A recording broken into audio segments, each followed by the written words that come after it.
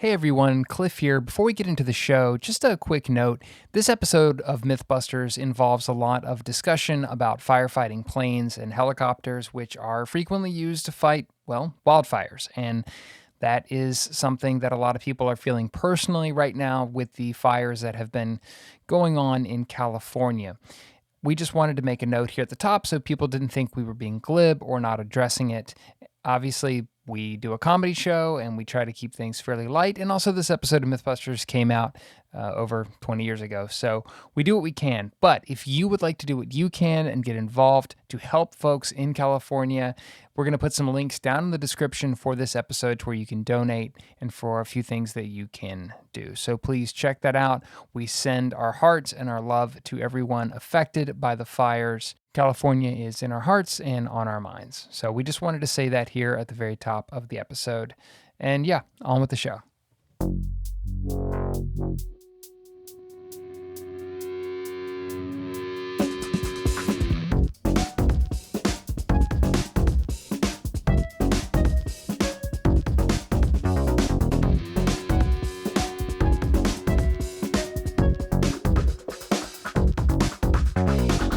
Welcome to Try This at Home. I'm Cliff Bumgardner. I'm Harrison Stewart. You know, I was so into the theme song this week, I almost forgot to do the opening. Hey, wait, you just let it ride. Yeah. Play it again. Yeah, honestly. I was about to let it go. The hits. I never get the drumming right. I always try to do some air drums. It always comes in one beat before where I think it is. Breakmaster Cylinder. I've listened to it so many times. Doing some funky stuff. Well, diving into it this week, our myths are forest fire, scuba diver, and car capers. It originally aired on July 27th, 2004, and is directed, as always, by Peter Rees. There he is. I will kick us off on overall thoughts this week.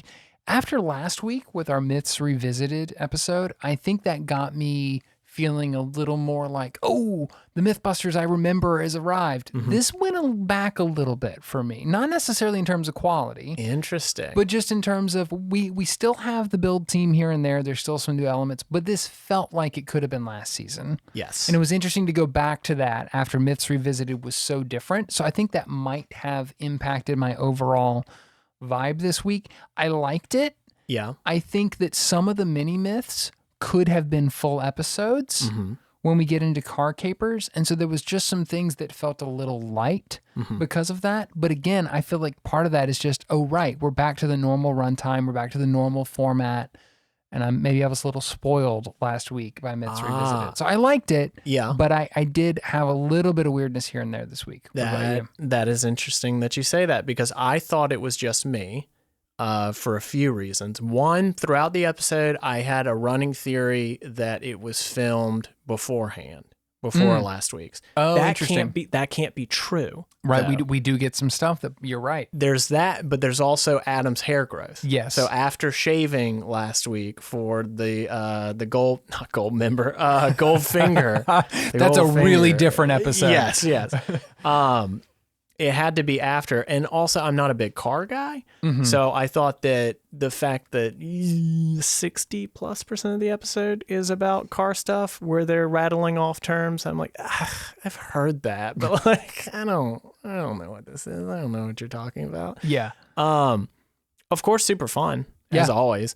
But yeah, I would say that because they were covering so many different ones, there seemed to be, I don't want to say duds, but there were definitely some in here that I was like, eh. Yeah, I feel like... And I also got confused on what we were even trying to prove on several of them. Yeah. You know? Yeah. That'll be interesting. Could be a me thing again. But well, it is kind of fast because they're all so small that it's easy to do that. I feel like in general, when we've seen these mini myths before, we saw this with cell phones. We've seen it with microwaves. That you do end up like, they kind of need a bunch of myths. And so some of them are less strong than others. Yeah. And there were some on the car... in these car myths, there were some, like I said, that I was like, man, I could see there being a whole kind of 3-act structure to how you test this because I actually want to know a little bit more. So interesting kind of balance of light and heavy this week, I feel like, across the myths. So a, a fun one to dive into. Myth 1, Forest Fire Scuba Diver. So this is a really interesting story about a scuba diver who was found in a tree in a charred forest some 50 miles inland. And it led the authorities to believe that this diver was scooped up by like a firefighting plane or helicopter or something and dropped into the fire. So it's a great story and a great, it's scary, it's weird, it's like a great basis for the myth. But the question is, could that visuals? Yeah, and could that really happen? Is there some way that a scuba diver can actually get picked up and carried that far? It's what we have to figure out. And right off the top, we get Dr. Heather Joseph Witham back. Yay! I really wasn't sure how much longer we'd be seeing her in the course of the show. We know that at some point there aren't going to be any more Heather episodes, but she's here now, so that was really cool. Friend of the pod. Friend of the pod. Yeah, go back and listen to her interview if you haven't. I found it pretty funny that she was like, yes, this one. You know, like she seems to just know a ton about this one, right off the top of her head. Well, that was interesting. She said it had been in a lot of TV shows and movies, and she rattled off a few like shows that I had heard. I think she said it was on CSI at one point. She did. The one I remembered distinctly was Magnolia. Oh, right. I was like, oh, that's why I can picture this so well. I do remember that. Yeah, it is interesting that this is one that has. Only remember it from Mythbusters. Mm-hmm. I don't think I've ever actually seen Magnolia. Cliff. I know. The film freaks out there are going to yell at me, but I don't think I have. You got a casual 3.5 hours on your hands. Yeah. I'll do a double feature with that and extended edition of Lord of the Rings. Have a nice easy evening to get through, but. No, I was surprised that this had such legs, that it's been featured all over the place, because I think of it as a very Mythbusters story. But you'd heard this before then. I hadn't heard it. I just saw it in a Paul Thomas Anderson movie. I gave it no more like credence than that, that like I was able to visualize it because I had seen it in that movie. Yeah. But I was actually very surprised to learn that it was something that people thought had actually happened. Yeah. Like I saw it happen in that movie and was like, ain't no way. Apparently other people were like, oh, of course. Maybe so. Of course. So I just had to imagine that there was, and we get into it later in the myth, but like in my mind, there would have to be something that keeps it from getting, I don't know, like not foliage, but like seaweed or lake weed, dropping a shark through somebody's house. Yeah. I have to imagine that like when we're going with a giant scoop, there's got to be some kind of mechanism in place to keep that from happening. Well, somebody's thinking ahead on that. That's actually my one, I don't even know if it's strong enough to be a problem, because I really like this myth. This is my favorite part of the episode by far. And I really liked it, and what the machine that they built, oh my God, it's one of the most horrifying contraptions we've seen yet. It's awesome. But here at the top, I did feel like they moved past the various methods that someone could have been picked up by a firefighting aircraft pretty quickly, and they show a couple of things and just go, well, this isn't big enough, that's not big enough, so it must have been a suction tube. And they get there really fast, and I was kind of like, I mean, not to be too gory about it, but some of the stuff they were showing, I was like, somebody could have been impaled on that. Like, do we really, like, are we assuming that the person was picked up completely intact and, kept like safe like a little egg and then dropped it? Like, wouldn't this be... That they survived the journey. Right. Which is not really inherent in the myth. I mean, seems to me, the story as they told it is the person's dead when they're found because they're in a tree in a burned forest. So I would think... that is interesting.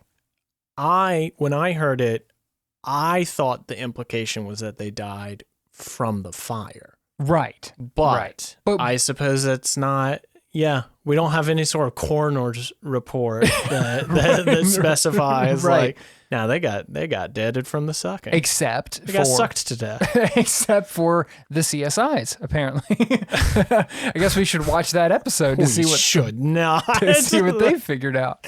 But yeah, that was the one thing. Show. And I did my first research hole. Yay! For these new episodes that we're tackling, because they mentioned something called a Bambi bucket.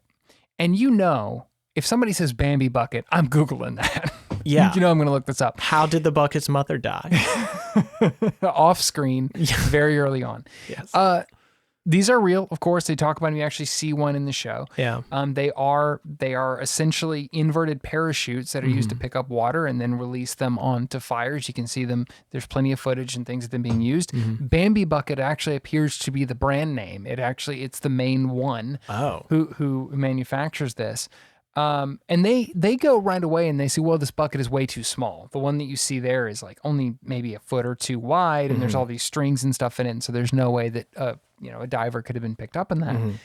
When I did some research, I actually found a sales manual for Bambi buckets. Fantastic. Because of course I did. Oh yeah. And obviously this is modern. The information that I found, who knows what was available in 2004 when this came out. But today, the biggest Bambi bucket has a capacity of 2,590 gallons. What? And an overall length of 33 feet.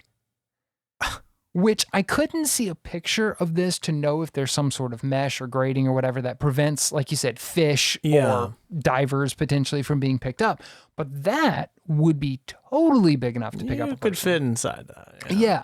So comfortably too. I did think that they moved past that a little bit quick, but I understand from a production standpoint why, because they needed to get to something very specific. We're making a suction tube. Can the suction work?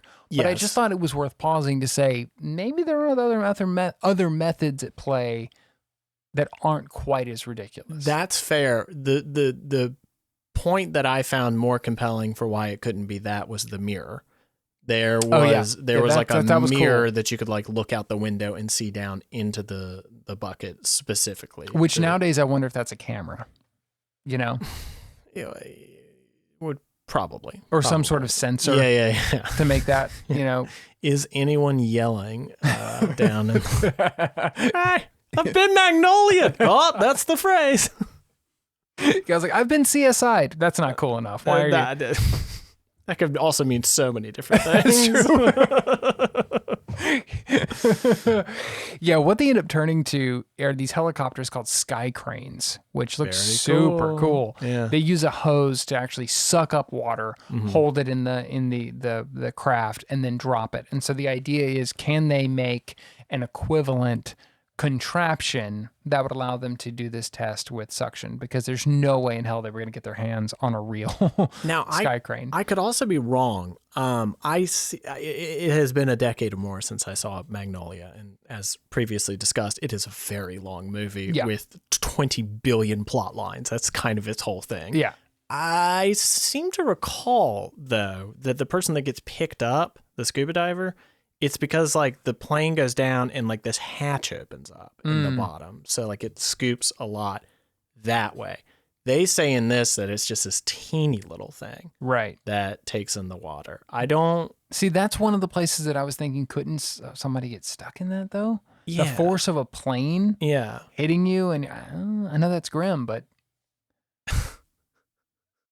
this whole myth is very grim. This whole myth is extremely grim. Heather Joseph Witham gets of course she always cuts right through it. And it's just we love ridiculous deaths. Yeah. You're not wrong. Yeah. You're not wrong. Yeah, that is the weird thrill of this one is all the ways. And I guess that's one of the reasons. It's ironic. It's, there's so many different facets to it. And I guess that is one of the reasons I was surprised that they blew past it so fast. But to previous notes that we have given, they had to set their rubric, right? Yeah. They had to set their terms of what we're actually testing this time around, and they're going to do the tube.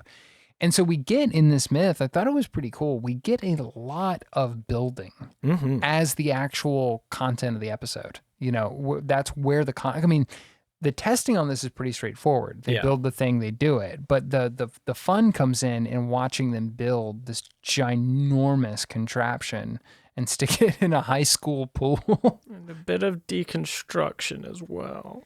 Oh, you lost a friend. I did. His name was Chicken Gun.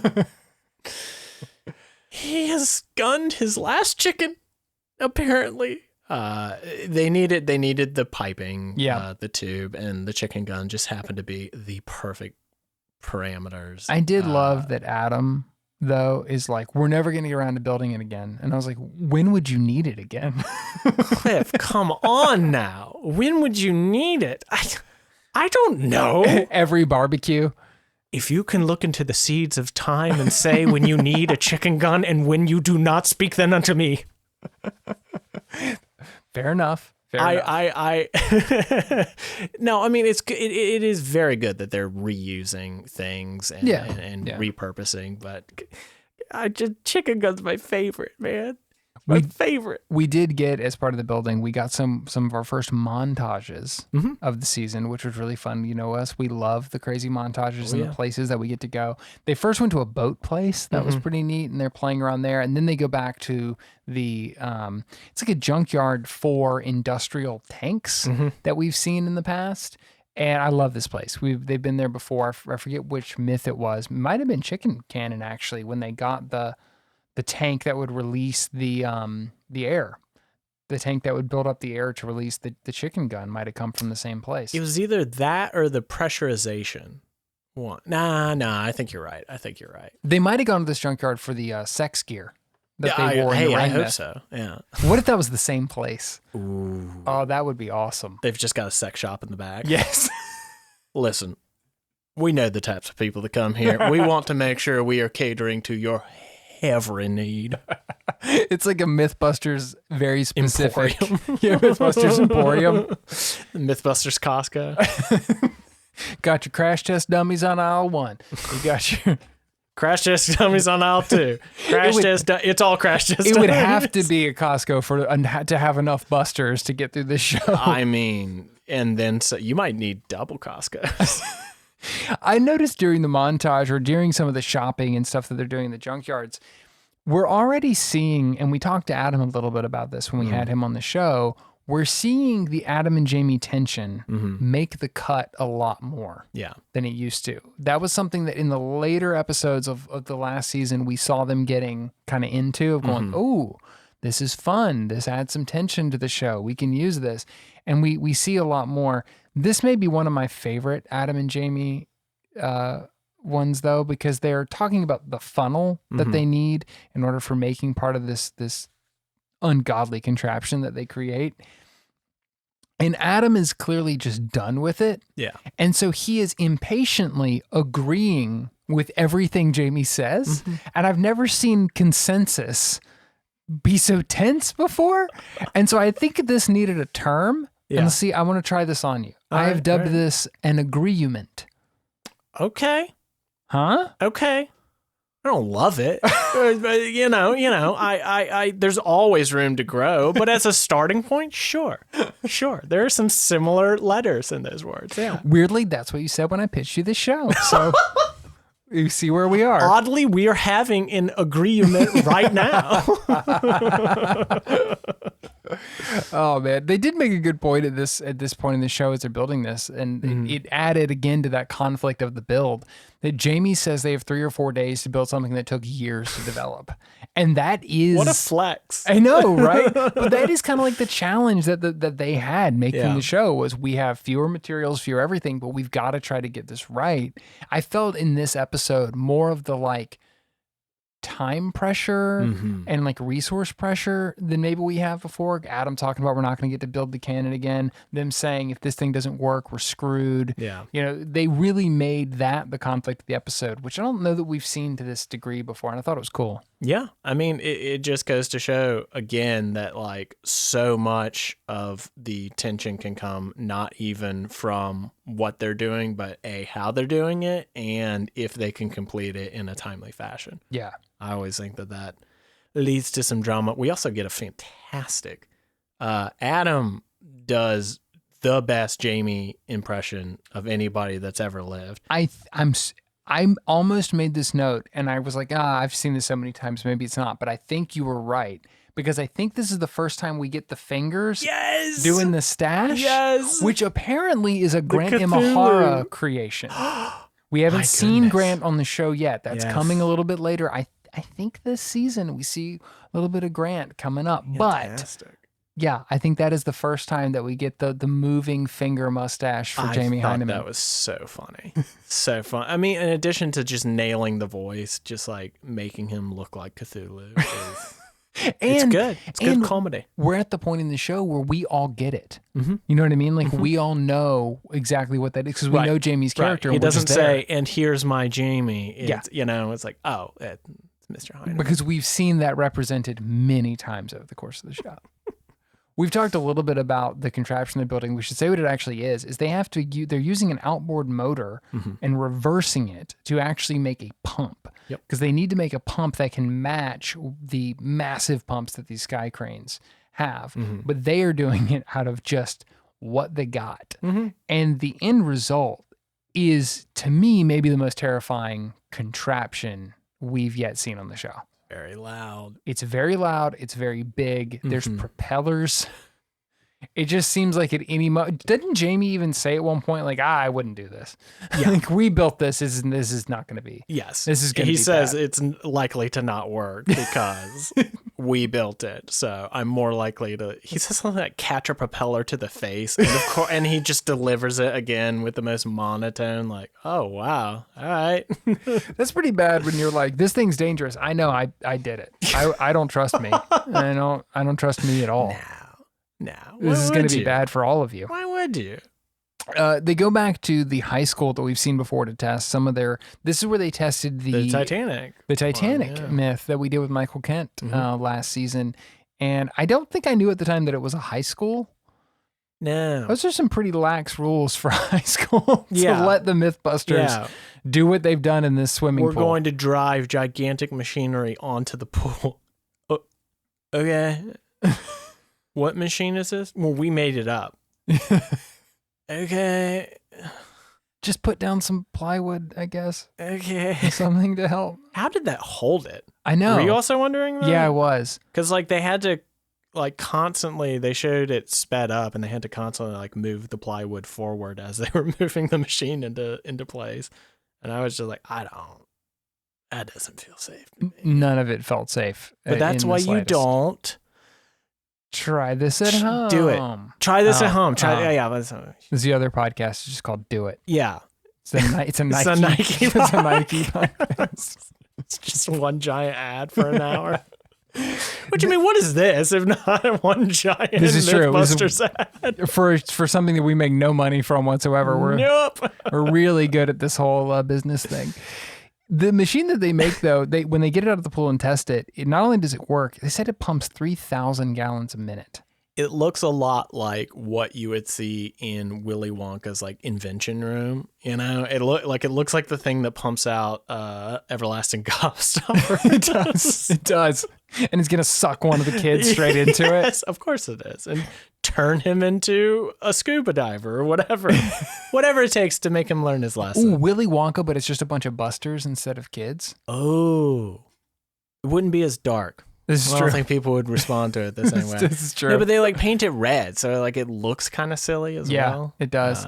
Jamie actually said at one point, we're going to paint it red because it's like a firefighter thing. Yeah, and then there's other things it needs to be an official piece of firefighting equipment. And I think it's Scotty. It's like, wow, we're wasting a lot of time for something that's not going to work.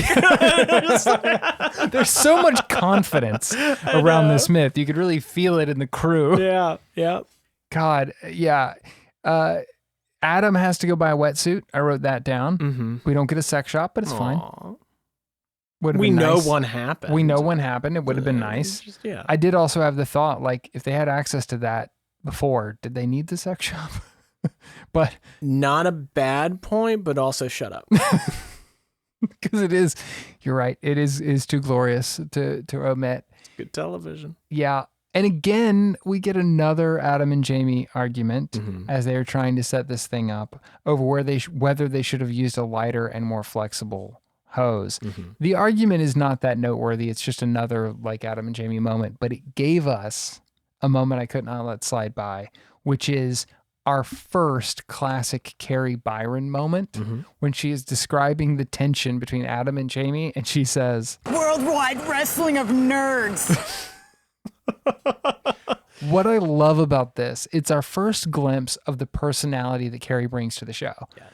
She's just been a background figure. She's been building stuff. We haven't really seen her yet. And this is the first time where it feels like the show is acknowledging, oh yeah, she's really funny and she has a good perspective. And she's good to come in and comment on the absurdity of what's happening, which is really super important for a show like this. Yeah. There's a little glimpse of what we're going to see more and more with Carrie in the show. And it really made me laugh. I was going through taking notes and I had to go back and watch that a couple times. No, I mean, it's really good because like Jamie, you would think on paper that in the classic comedy dynamic, Jamie would be the straight man to Adam's ridiculousness. Yep. But Jamie can't be the straight man because he is ridiculous just in a totally different way. That's a really good point. So then like Carrie swoops in to be like, you boys, you know? Yeah. Like they did finally get the you boys that apparently they wanted at the very beginning of the show. Right? Exactly. They got it in Carrie. We also got a little bit of that from Tori, which I loved the little scene that they did where Adam decides to climb the boom of the crane to attach something. And while he's climbing the boom, Tori is reading out loud the safety instructions that say not to do exactly that. Yeah, just listing the OSHA violations that are taking place on camera. On camera. Yeah. And he just kind of looks in the camera and shrugs like, oh, well. Whoops. What's done is done. And then Adam just jumps off the crane, which for a moment I had forgotten that he was going to be in the pool with Buster. So I was like, there was no reason to do that. And then I went, oh, he was going to get wet anyway. There's no reason to get his clothing wet, perhaps. That's true. You know, that was a... But for the view. When they finally get into the test, they put Buster in the pool. And they have this cowl thing around the end of the hose, which You're I guess... just going to fly right by... What did I... Putting Buster into the wetsuit? Oh, you're right. The second time in 2 episodes that like lard has been brought up. This is just true. Slide one thing into another. And it's super extra weird that it's just 2 women trying to slide this. So intentional. It's so intentional. Especially when Lee comes in and is like, this is the best day of Buster's life. Yeah, that really wasn't necessary. We all knew what was going on here. I would have accepted it if he just showed up in a different outfit, you know? He's like a Ken doll. I just assume that he's got every outfit he needs. I never really thought about how we get him in there. This is true. Yeah, they chose to make a moment out of that, didn't and then Buster smacks her upside the face. Yeah. What the hell, Buster? Ungrateful jerk. Come on, Buster. There's lots of jokes I can't make. Yeah, I know. That's the thing about that sequence is everything coming to my head is for the cutting room floor. Yes, exactly. We can get slightly raunchier as the show gets raunchier, but there is a line. There is a respect. You know. You were right to pull me back to that, though, because I had made notes about that moment and forgotten. That is such a choice. Is lard the best thing to use in these situations? Like, why is that their go-to tool? And here's the thing. I know for a fact I have a memory of lard coming up a lot on Mythbusters. Like, not just from what we've seen so far, but like in my memory of watching the show. Yeah. So I don't know why lard is the thing, but apparently lard's the thing. Here it is. Gets the job done. They, as I was saying before, they put this like cowl thing on the end of the suction tube, which I guess is to our previous point, to keep fish, wildlife, other stuff out of the tubes. But they wanted to see if Buster would actually suction onto it. And immediately it seemed pretty obvious what was going to happen because Buster's got the tank, he's got all this stuff. It would be pretty difficult for the tube to just latch onto that, and it doesn't. But my thought was when they fired that sucker up, being Adam underneath the water when that thing is going off would be horrifying. That machine is just throwing water everywhere, and we've just seen the guy who built it go, yeah, this is really dangerous. Probably gonna get a propeller to the face. Yeah, it's like anyway, Adam, get down there. It's like you're about to get on a flight and one of the Wright brothers shows up and just like, that's not gonna work out well for you. I'd be worried. Not one of my better designs. Not my best work. What did Orville just say? Did he? Hey, no, come back here. Come back here. I was having an off day. We've all been there. I've had better planes. So they end up taking the cowl off to get a better test. And this time they're able to get suction. Yeah. But then when the pump actually breaks water, they pull the pump up to simulate it coming up out of the water. And when the pump breaks the water, the suction is broken. Yeah. And he falls straight back in, which is kind of what they expected and what seems likely. So I didn't have any real issues with the way that they tested that. I thought that all made sense to me and kind of tracked with what you would expect. But I was interested again to come back to, they didn't ever address any other way. It was purely about the suction. What if the person is starting to get sucked up by this thing and they hold on to it for too long and now they're dangling from this thing because they're terrified. They don't know, by the time their brain kicks in, they're too far up to, there just seemed like there were a lot of other ways that this could happen. It's not a cornered animal, Cliff. You're just freaking. I gotta hold on to this thing. No, you're right. You're pooping everywhere as they go, just like a tossing it up at the helicopter. Terrified what orangutan. is that? What the hell is that? Hits that nearest. Fair. No, you're right. I do think that I would be like very terrified if I'm just scoobing along and all of a sudden I get pulled in a direction I'm not intending. Well, and that was a point that Adam made too, is that thing is so loud under the water that you would know something was happening. Yeah. You would not, you everything in you would want to get away from that thing, especially with the suction tube. Maybe the baskets, I don't know how much noise that would make, but that's true. The tube for sure, you'd get out of there. But didn't he also seems to have to like kind of push Buster towards the he said when he got him in a certain area, within a certain area, it just sucked him right up onto it like a vacuum cleaner, It would definitely hurt you. Oh yeah. I think it that ripped his wetsuit. Like, I mean, it was that would leave a heck of a hickey. Poor Buster, what you been getting up to, man? Hanging out with Busty. Yeah, good night with Busty, eh? Not too bad. He lives a dangerous life, that Buster. Got to blow off some steam somehow. He lives dangerous lives. Yeah, many. The many lives and deaths of Buster. We've already seen him lose legs. We've already seen all sorts of atrocities afflicted on poor Buster. I am kind of surprised he didn't lose anything this time, especially when they like took the safety off, so to speak. I really thought he was gonna get like sucked up one piece at a time. Just all the way stuck in the tube. Yes. Yeah. Again, more Willy Wonka stuff, please. Yeah. They did end up saying that just basically the way that this whole suction system works, the tank would have to be primed. There was just no way for this to happen, and so they busted it. And like I said, I'm glad that they chose their parameters, because we've had complaints about that in the past of like, what are we actually testing here? There's too many methods, or there's too much to the story. Yeah. So they chose their parameters.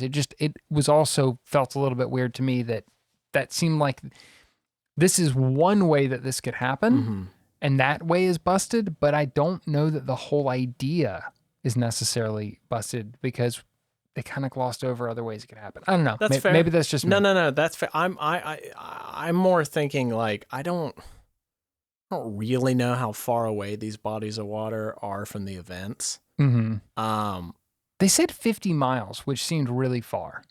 It does seem really far, but how likely are you, if there's a fire 50 miles away, to just be like, you know what I want to do today?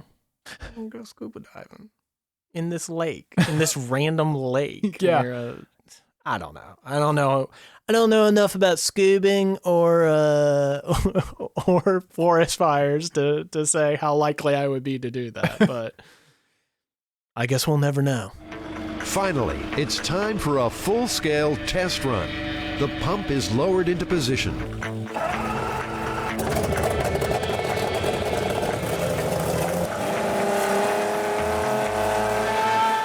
Myth 2, actually a series of mini myths that we have this time, more than just one more. We have car capers. Yeah. So this is just a series of different myths all about weird things that can happen with cars. Like we said at the beginning, we've seen this before with cell phones, we saw it with microwaves, now we're doing it with cars. And right off the top, they need a car to test this on. And this is where we actually get an explanation for what we talked about last week, which is Earl the Cadillac. Here he is. A fan donates a Cadillac to Mythbusters. This really is the point. It kind of happened middle of last season, but this season is really where it starts to like interact with the public. You know, between last week's with like answering, only in my opinion, snotty emails.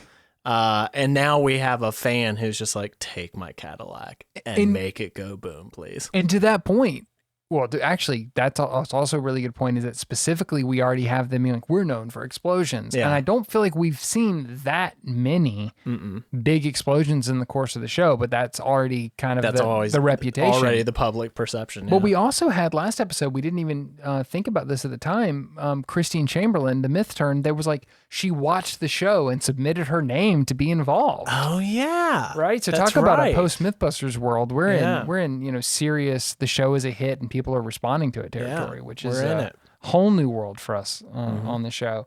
They have to fix the car, so they bring Scotty in to fix the car, which is a minor point, but what I thought was cool was seeing the different like build team people kind of getting cast into their roles, where they call Scotty like the resident gearhead, and she's coming in to fix the car. And then I think later we'll get to know Carrie very much as like a model maker and a designer. So she does a lot of foam fabrication.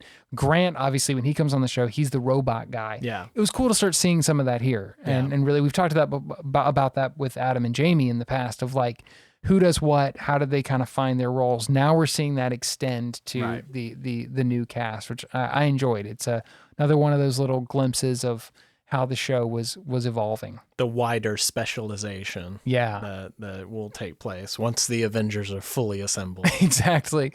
Our first car caper was a weird one to me. Will a car stall if you fill the tailpipe with produce? Oh, you know that classic prank. It's straight up Looney Tunes stuff, right? This does happen a lot in the show where they're like, you know this one. I'm like, what? Yeah. No. The picture that came to my mind was like Wile E. Coyote or something, like sticking fingers in a gun barrel in a cartoon, blows the barrel up. Yeah, that's kind of the image. That was very cartoony to me, the idea. Had you heard of this one? No. I mean, now there's some funny things that you could do with that, but I still just don't, like, who is the prank on? Is the person even going to know that happened, you know? Yeah, most of these seem designed to be if you're trying to screw up somebody else's car, this is what you would do. There's one later that I had heard of, and it was very much in a, like, this is used for revenge. Like, an ex-lover did this to somebody's car. So I put a potato in her tailpipe. Oh, I probably shouldn't say it like that.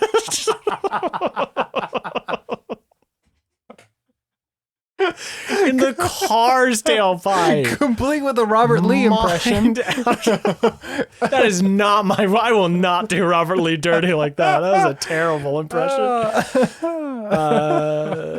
Better than the banana and I just need to stop. The point is, it doesn't work. It doesn't work at all. It does shoot that potato really far, though. That was fun. They essentially make a complicated and expensive potato gun, which is pretty satisfying. That can also drive. How many potato guns do you know that can do that? Oh my gosh, yeah, that should have been like a James Bond thing, like shooting like area denial weapons shooting out of the back of the car. Now pay attention, 007. When you hit this, a spud will come out of the rear. This looks like a standard potato. Well, that's real keen. Because it is. Because it is. That's real keen, Q. This is the first place I noticed too. Because it is. That we don't, because they're using one car and they're kind of doing these in order of what they don't expect to destroy the car up to what they do. We don't really get any replicating the result stuff in these mini myths, and it was a beat that I missed a little bit. This is what I was saying earlier about the myths feeling a little bit light. Yeah, is because if this was, and then this isn't quite big enough to be a full myth or full episode type myth, but if this was, they would have done this test as it was. They would have, shot the potatoes out. Then they would have packed it with nothing but. They would have like made a super spud and packed it, seen what happened there, and then it's like, what does it take? Let's weld the tailpipe shut and see what happens. They would have. That's a really good point. They would have kept going up, and I did kind of miss that beat. They tried a potato and a banana, and that's it. And they called it a day after that. Felt like the unaired Mythbusters pilot where they don't have a budget yet. Just like, we got some taters. Let's see what's going to happen. The banana was so sad. It just kind of flopped out. I'm going to cut what you just said with your previous statements. No! That's cheating. So that busted the first car caper and took us on to one they called unauthorized additives. This is where... This one was pretty interesting. Yeah, had you heard of any of these? Because I had heard of a Yes. couple of them. Yeah. I heard of one. Yeah. I'll be curious to see if it's the same one. So they had a number of different things. The idea being, if you put certain things in a gas tank, will it cause the engine to seize up, overheat, blow up, whatever? Again, interesting definition of pranks here. Right? Yeah, that is like there's that weird area of prank where it's like, I killed your mom. And you're like, what? Yes. Like, that's not a prank. This is in that like very extreme territory. I'm regretting that immediately. You look like a fool now. A fool with a dead mom. No, but just like if you're like, all right, we're gonna prank this guy and it's going to involve their car. Okay, rotten eggs in the car, or one of my personal favorites, mayonnaise on the inside of the door handle. Yeah, hot day, they'll never see it coming. Then you'll be covered in mayonnaise. Nobody wants that. But it worries me slightly that you had these loaded. Like you had these in the chamber already. Yeah, I've done one of those. You're It was the mayonnaise one. You're like, I was in a fraternity. High school. This was, wow. Yeah, this was didn't deserve it. My point is, blowing the car, like none of them involved the possibility of the car exploding. Right. Almost all of these seem to have that as a distinct possibility. Yeah. So Differing definitions of pranks, I suppose. they're going to try a number of different things poured in the gas tank. So I did really like this. They built a see-through gas tank. Yeah, that was awesome. And put it on a stand to keep it separate from the engine just in case something does go wrong. Yeah. It's obviously very flammable. Again, they're doing it inside for some reason. Well, the door was open. The garage door was open. It's Excuse me. fine. You're right. All the flames will go that way. That's right. It'll They be always fine. do. They always do. To the neighbors' units. The first thing they tested was drain clog remover. Yeah. Which I had not heard of that one. Nope. They revved the engine. Nothing happened.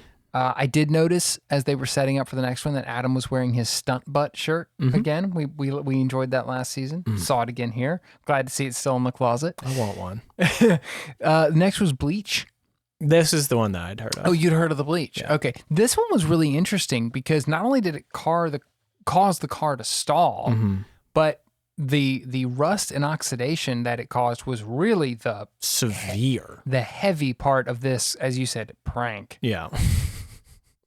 Ha, your car's ruined. It's going to take thousands of dollars to fix it. Joke's on you. Enjoy your insurance premiums, nerd. Yeah, pretty. I mean, and like they leave it overnight, and when they came back, the like gunk, not just rust, but like metal gunk that had come up out of the gas tank because of the bleach was. It was pretty wild. Yeah, I used that stuff in my house. Like, Yeah. that feels bad. All the time. That feels really like a bad idea now. Who cares? Just a prank. Just a little prank, dude. Harrison has fully got in the mode like, you're going to die one day anyway. Yeah. Doesn't matter. Might as well die from a potato in your tailpipe. The one I had heard of was next, which was sugar. I'd always heard of sugar in the gas tank as like a vile thing to do to somebody. This one, it apparently didn't work. Nope. Apparently nowhere near as bad as the bleach was. No. They even left this one overnight. Next day, the engine started with no problem. It was fine. The last one was really interesting, was mothballs. And this wasn't supposed to destroy the engine or the car. It was actually, they were supposed to burn and increase the octane of the gas. And apparently that worked. Yeah, that was wild to me. Yeah, what the hell is in mothballs? I don't know. I really don't. Like, it really, and again, I love the old timiness of this one. Like, got some mothballs up in that tank right now. Yeah. You want to pull a prank? Put a mothball in there. His car will go zoom. And apparently it does. Apparently it does.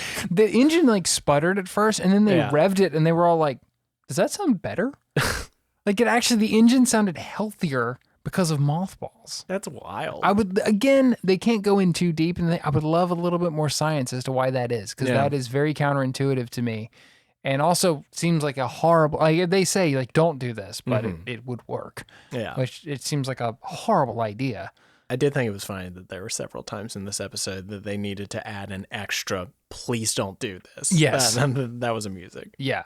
Yeah. Because, I mean, a lot of this stuff is actually pretty, like, practical. It would not be that difficult to do. Yeah. And would be very bad to do. Yeah. You know, just go to your mothball drawer, pull out some. Yeah. Or in the next one, just go to your vault and pull out your guns and shoot the hell out of a car. Exactly. This is one that, so the third car caper they tested was about shooting cars. And they have a couple of different ways that they go into this. This is one that I felt like deserved more than to be a mini myth. Yeah, this one made me sad. Yeah, there was actually, so the first part I'm the ice bullet guy right now. Like, I wanted this one to be true. From all the video games I've played where this has been the case. Well, because the first one they test is if you shoot a car in the gas tank, will it explode? Yes. And my first note, because I didn't know how deep they were going to go, my first note was, this is a perfect Mythbusters myth. Yeah. It's something everybody's seen. It's in movies. It's on TV shows. Like you said, video games. It's everywhere. Yeah. And it's counterintuitive. The result is counterintuitive. And there feels like there's a lot of places that you could go with it.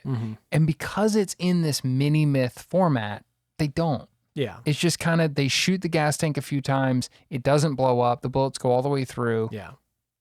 And myth over, it's busted. Yeah. This is the one, this and the next one, honestly, are the ones that I wish had been full-fledged myths to show you what it would take to try different types of bullets, you know, incendiary bullets, different, like, does the gas tank matter? Does the whatever, is there a way that this could work? And then ultimately, if it doesn't work, then to show you how they do it in the movies and like rig a car and do that. And I think there is an episode much later where they do like a, here's how Hollywood does a car explosion kind of thing. I remember like a famous shot of Adam running towards the camera in slow motion and a car blowing up behind him. Yeah. So maybe I was holding on to that here. I don't know. They could either retest it or I also seem to remember there being something about shooting propane tanks and being very upset by that one. Yep.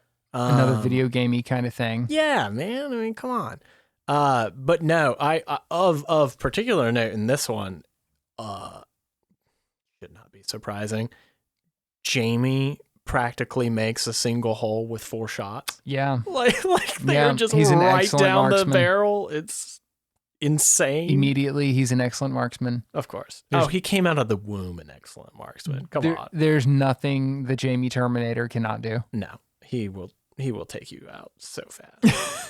But not by blowing up your car. But not by blowing up your car, apparently. Apparently. If Jamie is shooting at you, it turns out you don't want to hide behind your car door. No. That was the next myth that they tested. That one's always been inherently silly, though. Yes, but also one I wish they had used different caliber. Different weapons. caliber, different types of car doors. You don't have to get a full car every single time, but Right. I mean, surely that has to make some difference. Would a modern car door that's full of computer technology and other things, would that make a difference? What Would about a Tesla?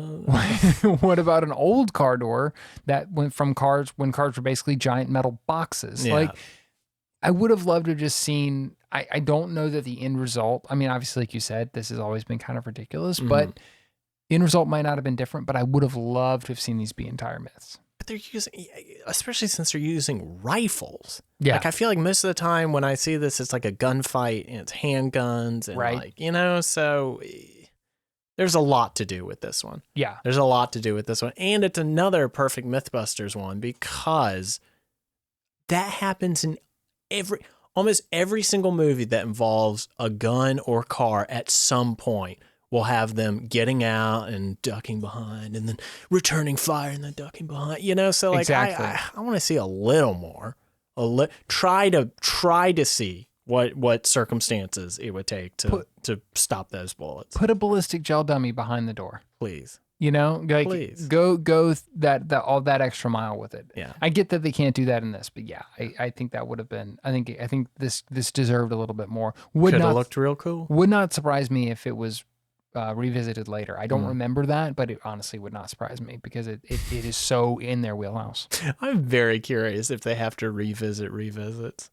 Like if there are some that it's just like, no, you still didn't pee the right way. You still. That's the problem. How do I have to pee to satisfy you people? I do know that even though we haven't seen it be redone yet, I think that they redo Jado Rocket Car like 4 times.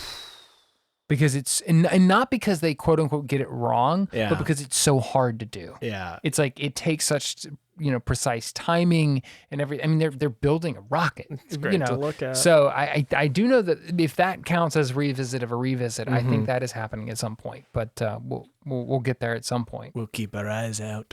The next car caper was roadside rescues. And this was really interesting. This was in the category of actually practical, useful stuff that I part of me, I think, remembered from the show as I was seeing this. I went, oh, yeah. So the first was, if you have a dry radiator, can you use cola, in this case, Mythbusters brand cola, only the best, as a coolant, poured straight in the radiator?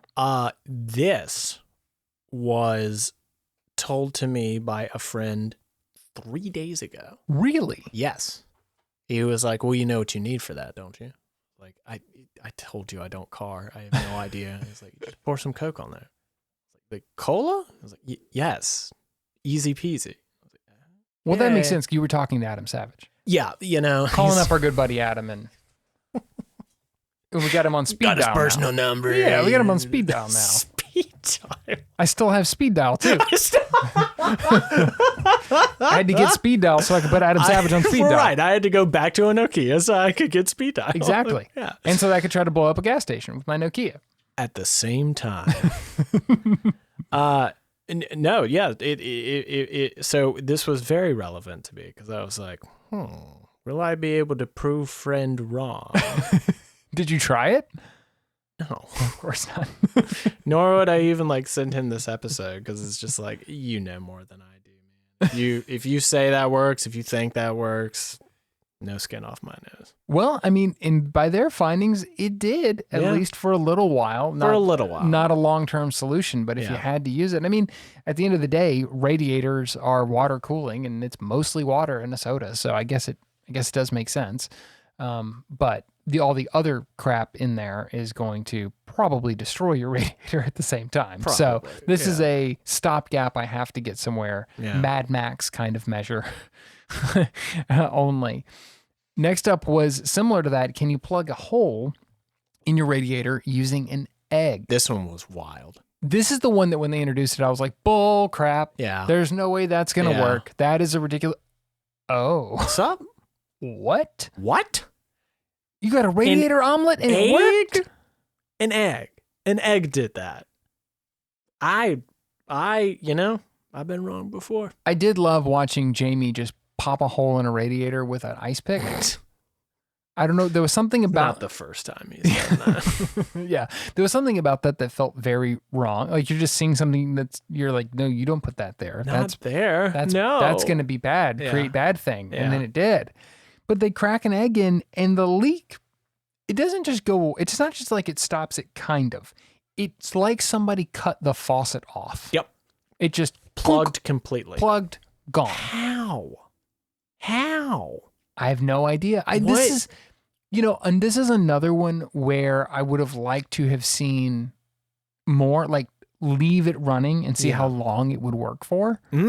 Yeah. Would have been really interesting because and again, to evaluate what's that actually going to do to your radiator ultimately. Yeah. But that does kind of seem like a handy thing to know. I agree, especially since most of this was framed as like just to get it to the service station. You know what I mean? Yeah. That was one that I still don't understand it. This one kind of makes me mad, in fact, because I'm just like, no, what? The math isn't mathing. The math isn't mathing. You can't like how hard does it have to be Two, do eggs get that hard if you well, I guess that's what a hard-boiled egg is. Hard boiled.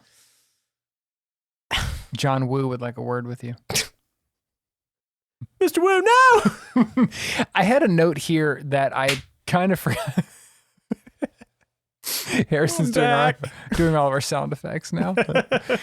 I had a note here that I had forgotten about, but looking at it now, I do think it's worth talking about, is for all these like car caper myths, even some of the more ridiculous ones, they had the blast shield set up. They had figured out remote ways of triggering the engine. We're starting to see a lot more safety precautions than we did in the early episodes, where things felt a little loose. We're starting to see a lot more like, oh, we're going to start things remotely, and we're going to be. It's cool to see because one, that's important, especially as the show got bigger and got more eyeballs on it, and two, the things that they are doing are getting increasingly dangerous. They're working with bigger and bigger things, and they're having more opportunities to do dangerous stuff. So I was glad to see that. And the safety procedures on Mythbusters are kind of a hallmark of the show. Yeah. The blast shields are like a classic prop from the show in my mind. So it's nice to see that starting to evolve. Because first season, there was a couple of times where I was like, it's real fast and loose. You're hiding in a tractor to get away from that bomb. Like, what's going on? You just learned that the car door wouldn't protect you. Why would you? Exactly. Exactly. Hide behind a bunch of them. Oh, that's it. This is another one where they use the term plausible. That is now a full part of the show. Yeah. We don't yet have confirmed, which this is a place where confirmed would have been correct. Useful. Yeah. Because it's just like, no, it just works exactly as described. You had a premise. That is what happened. Yeah. And again, if this was bigger and you were trying to do, really confirm it, maybe it's like, okay, it has to plug the hole and allow us to drive the car for 5 miles. Right. Because that'd be far enough to get to a service station or a telephone, right. Something like that, and kind of create more parameters around it. For a mini myth, it just works. Yeah. Which is, like we said, pretty cool. The last car caper was called engine terminators. So this was before we saw things that are supposed to stop an engine. These are supposed to actually blow the engine up. Prank level 5,000. Yeah. Haha, you're dead. Haha, you're dead. You momless fool. Go join your mother. 2 for 2. As soon as that joke came out of my mouth, I was like, I'm going to end up cutting that. And now we've made so many other references to it that now We've locked it in. So you're welcome, listeners. The first engine terminator could you use something as tiny as a penny? If you put it in the carburetor, would it destroy the engine? And so they chuck a penny in, knock it around in the engine, and nothing happens. Yep. But I did have a thought that penny is a prop I'd love to own. Oh, wow. As a little token from the show. Like, you're not going to have Buster. No. You're not going to have, a piece of something that blew up. You're not going to, whatever. But what are like the little things on the show that you would want to have? I think that penny is up there for me. Do you think they kept it? If they got it out, who knows? They have that room where they keep putting stuff. The blueprint room has a ton of stuff from previous episodes. The top men room. Oh, yes. Yeah. The mangled corpse room. Yeah. What would be your prop from what we've seen so far? Jamie's eyebrow. Adam's eyebrow. Damn it. Ruined my own joke. The singed eyebrow specifically. Yeah. That is a very good question. I would say the chicken gun. We can't have the whole chicken gun. The whole chicken gun. I feel like I could get like a Buster's hand. Yeah, that'd be pretty good. That would just pose in the background. Or like a pane of glass from the chicken gun thing, what they shot. Hey, that's maybe not get bad. A cracked piece of glass. We do watch reframe them actively throw it away, but like, it's possible. It's possible. No, hey. Got it. I want a chunk of pig concrete. I was gonna say we know where some pig corpses are. If you want some pig bones, they're still there. That's what I want. They're still there. You got to go break the laws in San Francisco, but hey, wouldn't be the first time, won't be the last. Yeah, the penny doesn't work. They call it busted. Pretty straightforward. Next was bleach in the engine oil. So this was similar to bleach in your gas tank, but now it's bleach in the actual engine oil itself, in the running throughout the entire engine. And they cut this thing on, and it shoots out the most noxious looking crap. I was thinking that too. And they weren't wearing masks initially. And yeah, not at first. I noted that. They quickly did. Yeah. But like the second that like a plume came out, I was like, he needs to be. Oh, there it is. Because again, I'm sorry to belabor the point. They're doing it inside. You know, it's fine. Guys. Cliff, it's fine.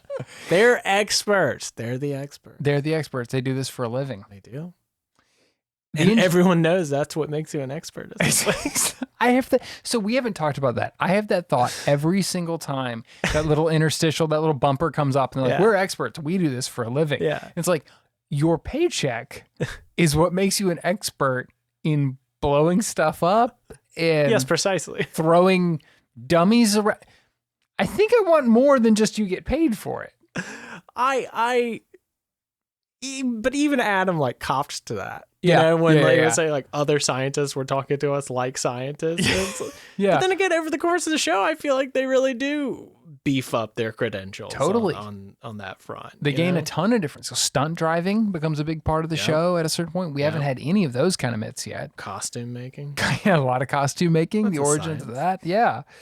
The engine in this one with the bleach in it gets so hot, it actually starts to set fire to the wooden frame. It's awesome. It just overheats this engine until it finally seizes and completely wears out. So if you really, really hate someone, bleach in the oil turns out to be the way to go. There you go. Then they can just cook an egg on top. Cook an egg on top, call it a day. Well, that is our episode this week. Come back next week. We're going to be talking about Ancient Death Ray. This is a classic of Mythbusters. I am so excited to dive into that. Like a giant magnifying glass or something? Partially, it's the Archimedes Death Ray. Oh! Yeah. Oh, very cool. It's a very good episode. So we hope you guys will go check it out on Discovery or Max or wherever you find the show. Watch the episode and then come back next week to hear us break it down. But until then, thanks for listening. Bye-bye, babies. Try This at Home is produced by Slugline Media. The show was written, hosted, edited, and shot onto the internet by Cliff Bumgardner and Harrison Stewart. Our music is by the mysterious Breakmaster Cylinder. You can follow the show on Instagram at TryThisPod or email us, trythisathomepod@gmail.com.